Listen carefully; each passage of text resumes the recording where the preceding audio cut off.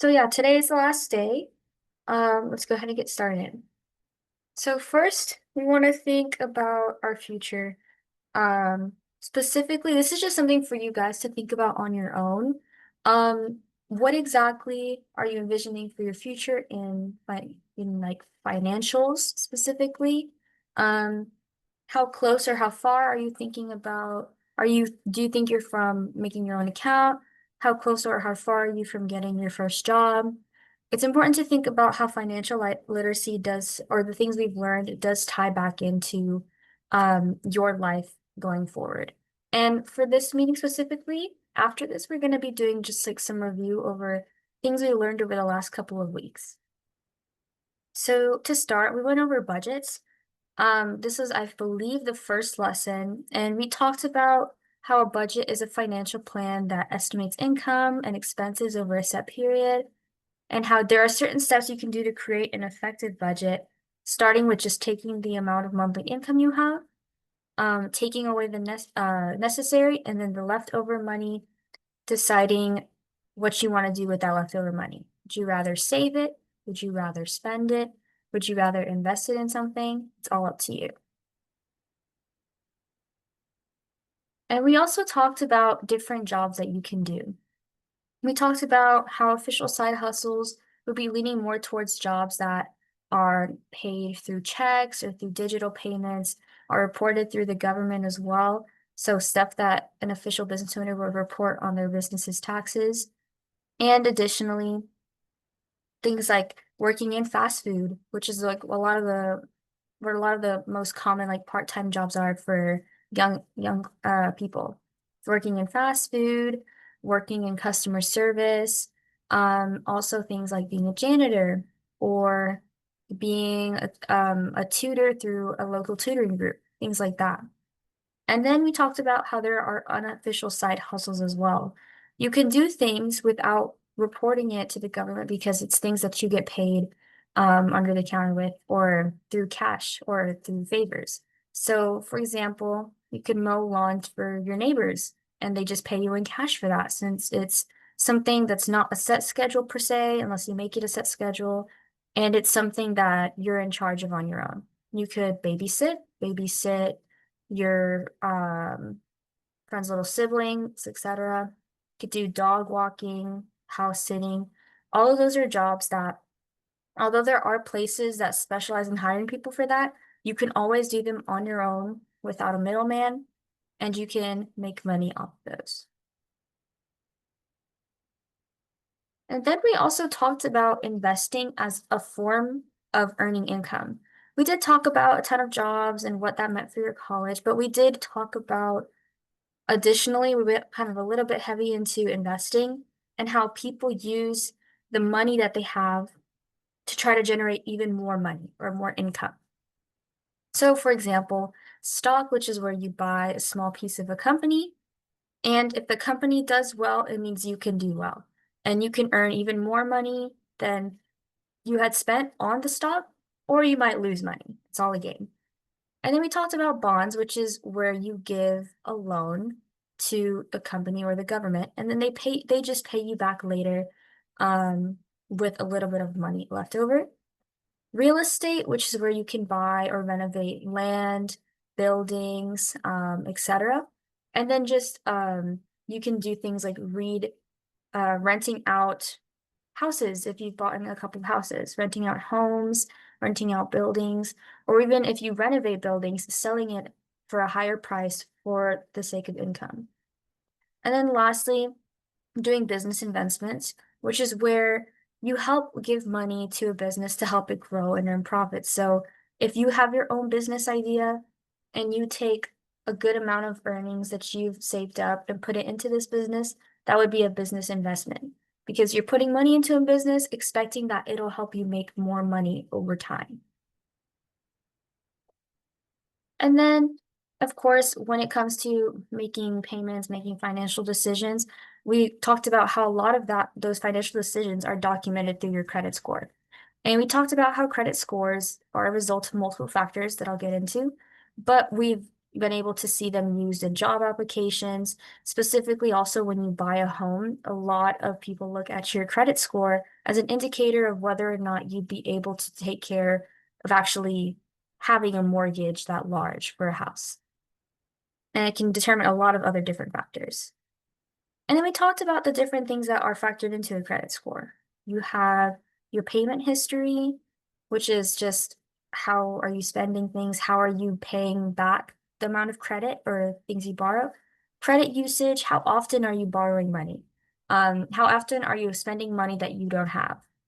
Um, Also things like just like new assets, things like that. They all go into your credit score. And obviously, the higher the credit score, the better. The lower, obviously not as good. And then we talked about financial institutions when we started getting into um, the importance of thinking about where we want to save our money. As you guys start getting part-time jobs or as you start looking for ways to earn money, you're going to have to want to put that money somewhere safe and secure. But there are different kinds of places that you can help save your money. And we went over two main kinds. We went over banks and then credit unions. So for banks, we know that they're for-profit businesses and they're usually pretty large chains like Bank of America or Chase. And it's the fact that anyone can open an account. Um, but because there are so large spread, it means that you'll have a lot better access to a bank if you choose a bank. One obviously that's like based in the US, of course. Um, it also means that there are a couple, maybe a little perks of having a bank for that sake. But it is important to note that the financial decisions you make at a bank, or the decision that they help you make, they're doing for the sake of making money. They're not doing it for the sake of just helping you store your money. And then for credit unions, you'll see that we talked about how they're more community-based. They're definitely more local. For example, TDECU, that's narrowed down to just Texas, maybe federal. There's a couple in the local area. They're more local. Um, some might even be named after a certain town and just be based out that town. They're a lot smaller. They're not as franchised, which means that you won't get direct access to the bank all the time as much as you want to if you're a traveler. But they do focus on their members' finances. So they're focused on providing you with lower interest rates, just the profit that they make from your accounts are usually just used to help run and manage their businesses. So, of course, decisions to benefit members, they are more community focused, favorable interest rates, which is important when you start taking out loans and using credit. However, the only thing that I will say to consider is that they're not as branched out. They might not give you certain advice that you're looking for, like banks do with certain big financial decisions and things like that. And then we talked about the stock market because, as I mentioned before, I had recently just talked about how we had spoken on the stocks as a form of additional income. Some people use it as their main source of income, but obviously, we need to go into how exactly stocks work in our economy. So the stock market, we talked about this last week, I believe actually, which is just publicly traded businesses that sell parts of their company in order to raise funds for growth.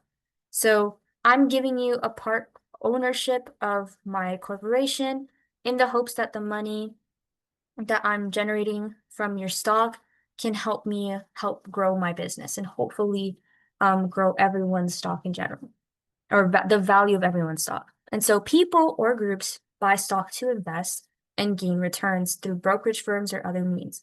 There usually is a middleman when buying stock, unless you're like a business or something. Usually, if you're an individual, you usually do it through like a brokerage firm, or you even have online assistants that can help you with that. There's different apps. Um, Forgot exactly what the app was called. I think there's some like maybe like Robinhood, something like that, which is where you would just be able to buy stock through an app, and then just check on how your stock is doing, how the value of your stock is. And then we talked about how the price of stock is determined through several factors. It's not just um, a random number. It's about the business.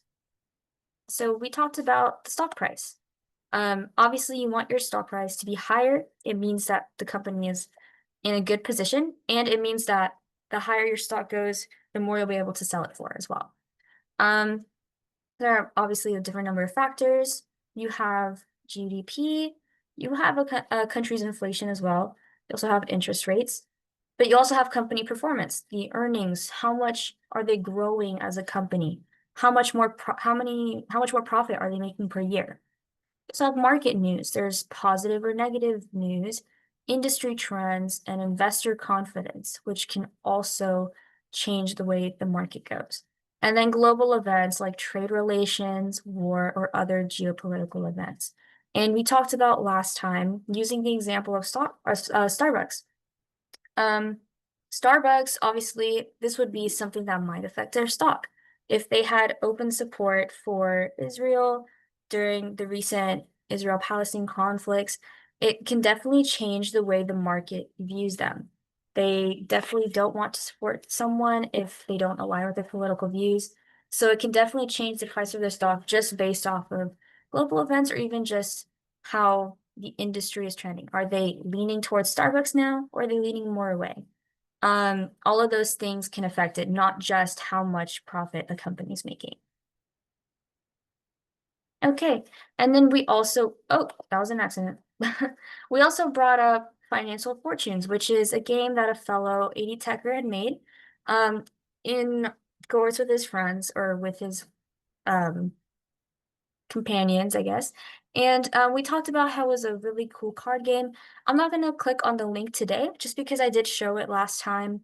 Um, However, we talked about how it was a really fun and engaging game just to help you with financial literacy, learning how to earn and save and spend wisely, and also learn basic concepts of investing and growing wealth. Because although we have gone through a lot of information the last couple of weeks, there's only so much that you'll be able to memorize, or only so much that I can explain to you in the time frame we have. It's really important to do your own research, especially if you're thinking about investing as a form of income in the future or even like near future. So it's good to understand those basic concepts through a game like this, and especially through games. Games are fun. So then, after all these weeks of lessons, we want to kind of talk about what should we actually be taking away. Now you have a good amount of knowledge on financial literacy, at least pretty basic information that can help you understand the context of maybe your parents' conversations a little bit more, things like that. So we want to learn what exactly should we be doing with this information. Well, first, you want to think about job opportunities. As you get older, you're obviously going to have to start thinking about um, getting a job. Obviously, it's definitely depends on the person and all their families. A lot of parents don't want their kids working a job just because, you know, jobs are jobs. You definitely have to interact with the people a lot, interacting with strangers a lot, depending on what it is. Or maybe just the fact that you might be investing a good amount of time into a job, depending on where you work or what your availability is. So it's important to think about when exactly you want to get started with a job. You can always start once you reach adulthood. Some people even start after they graduate college, but it's because you have so much knowledge now already on how the job market can work after like our first two lessons. It would be a good idea for you to think about getting a job in your teenage years. Jobs obviously give you a lot of financial autonomy, gives you a lot of opportunities to buy your own clothes or buy your own toys, or even just save money, which is ultimately our goal. And then we talk about savings, savings, if you do have a job or if you have an allowance, it's really important to think about when you wanted to get started with your bank account. I know a couple of lessons back, we had discussed on how you can open child accounts if you like to. If you'd like to get started at a young age, knowing what you know, knowing that you need to bring your own form of ID, you need parent approval, and just knowing about the fact that there are opportunities for young people to have a bank account, you might want to think about opening that account with your newfound knowledge and hopefully start saving money for things you need in the future. And then obviously futures, thinking about your career. We talked about it in our first two lessons. I didn't put the slides in here because there's a lot of info, but in the first two lessons, we talked about how different jobs give you different incomes. And with those different incomes come different levels of or different amounts of financial freedom. So it's important to think about what you want to do in the future and keep in mind how exactly you want, what kind of lifestyle you like to lead. Any job, well, not any job, but there are a lot of good jobs on the job market, even if they're unconventional. And with those jobs comes their own income. If you want to work as a someone for waste management, for example. That is a good job. It just depends on how heavy you want to spend in your future or what kind of lifestyle you're looking for. So it's important to think about that. And then we also want to think about our interests. Because you learn so much about different financial aspects, you might also want to consider a future in finances, or maybe just since has been a STEM camp, maybe thinking about the intersection in jobs that intersect between finances and Python or finances and environmental science. There's so many intersections, so many different crossovers between all of these subjects that you might be interested. So maybe just consider a future where both financial literacy and something STEM related could meet for a job that you might like. And then we need to think about what exactly can we do now. Now, I did kind of just went over this, but you can find something you're willing to do for work.